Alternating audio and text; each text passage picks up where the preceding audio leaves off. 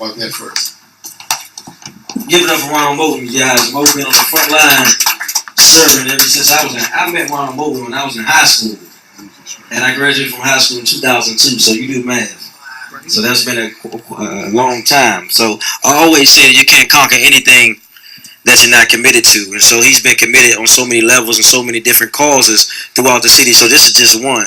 I want to start out by saying that we have to stick together in our community because we're facing some trying times. And I'm going to get to the point talking about, you know, the whole thing that happened with the go-go community and on Florida Avenue. But I want to say there's a fight happening right here in our community each and every day, because about 3 hours ago, we had a young man at Kramer Middle School that got shot about 7 blocks from here. And so we're still struggling internally, trying to find our own identity in our community to ensure we can uplift and encourage our young people to find themselves. And so we have a lot to do in this community. Raise your hand, Coach Drew. Coach Drew used to be, it is about us giving back to our community because all of us have a part to play. And those who may not know, Coach Drew was my coach. How was I, 10, 11? I say you 12. 12, okay, give me 12. 12 years old. And so there's been an absence of strong men in our community. So part of what we see in our community is not just a crime problem, but it's a daddy problem, it's a relationship problem, it's the absence of adequate resources in our community. And as we always say, that hurt people hurt people. And we're facing some special times in our world where we're experiencing. I just came from a housing authority meeting, right? A hearing with DC Housing Authority, and we found out today they have over 2,400 units in one particular complex that's dilapidated, that's not adequate for people, not in one complex, but across the city that people can live in, but they don't have the resource to fix it up. Yet we spend $100 million a year in money for the Housing Production Trust Fund. And 40% of that money is supposed to go for 0 to 30% AMI, 31% is supposed to go to 31 to 50% AMI. But when you look at that money, that's almost $500 million in the last six years that I don't see what the result of it is. And so we have to be intentional and unapologetic about supporting people, especially people of color in the city, because we spend a lot of money rolling out the red carpet for people to come to DC to live here. We want to get to 1 million people in DC. We want DC to be a flourishing city, but there's people that's been here through the crack epidemic, that's been struggling to stay here to pay taxes, that's been trying to provide for their families, trying to take their families to the schools, ups and downs in the schools. And so those residents deserve a chance to flourish in DC as well. And so I'm unapologetic about that. While we welcome new people, we want to make sure we don't welcome new people at the expense of the older residents getting pushed out. Today we celebrate the life legacy of Nipsey Hussle, who was a rapper in California. But I'm constantly reminded, you can give a round of applause to that, because that brother was brilliant and buying up the block and utilizing his intelligence and his resources to spur economic development and growth in their community, not just talking about decreasing the crime, but hiring people and ownership. It reminds me of the brother next door who passed away last year, Brother Bundy.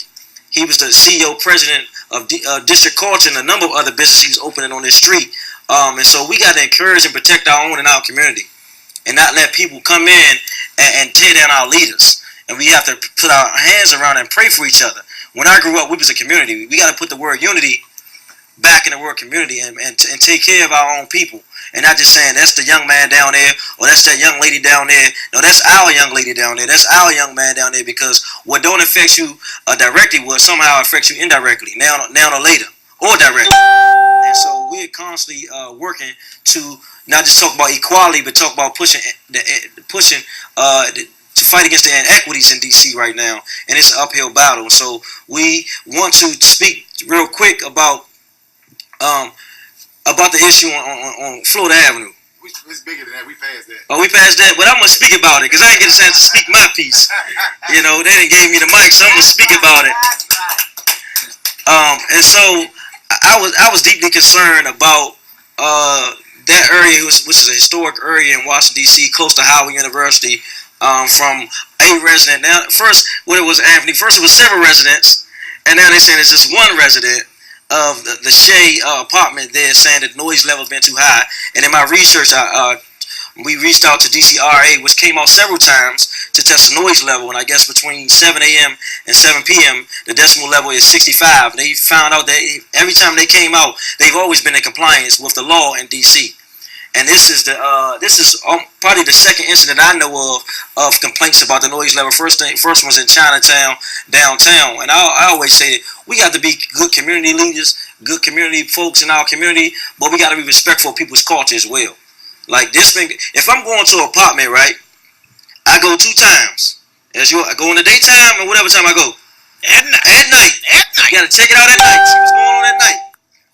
And so, if you ever went in the area, you always hear the music there on U Street. So, I always say, if you want the noise down, go to the suburbs. It's all right. We love you anyway. We want to welcome you to come, but don't come and try to change the paradigm of how we're living in our community. And we want to welcome all people to the district because we want you to pay your taxes and increase the tax base. But we also want you to be mindful and respectful of people who's been here and the culture in D.C. So I want to rock with that. I want to encourage the young people who are here. Part of checking it, we have to support them as well. You know, we're going through a lot of development in this community. We're going to spend almost $8 to $9 billion in development in Ward 8 in the next 4 to 5 years. Not $100 million, not $300 million, but billions of dollars in development. We want to make sure those people who are in this community are not displaced as a result of this development. They're able to participate. So we're creating some avenues where everyday residents can participate by investing in projects in our ward. We are entertaining avenues like small change, where you had to have a minimum of $500 to invest into the project. If you have more, you can invest more. But we're in conversation with a lot of developers in the community to make sure the development don't happen to us, but it happens with us. And we got a new saying: if we're not working, nobody working. And so if we go into the site and there's residents not on the site working, we're going to disrupt the site and make sure that we have skilled residents in the community who want to work, that have the skill set, are able to work in our community, that we are part of the process of growing in our community and not getting pushed out. And so I'm Trayon White. I'm the council member here in Ward 8. I'll be around to listen to what's going on, take any peace and love, brother. Hear you all's concerns, but we committed to this, man. We're committed to being on the front line and making sure there's equity in our community. Thank you, and God bless. Question? Yes. I am a member of residents of this area for some years. I'm 85 years old. Okay. So therefore, I've seen a whole lot of changes. What saddens me now are the young men and women on the corner with no jobs. You're talking about immigrants that are here illegally, but they're working. Our children are not working. It makes me so very sad. I can't fathom it every day looking at them like that. So we need to get jobs for these kids. So it's an old proverb that I reference when I see our people just standing around like that with countless hours.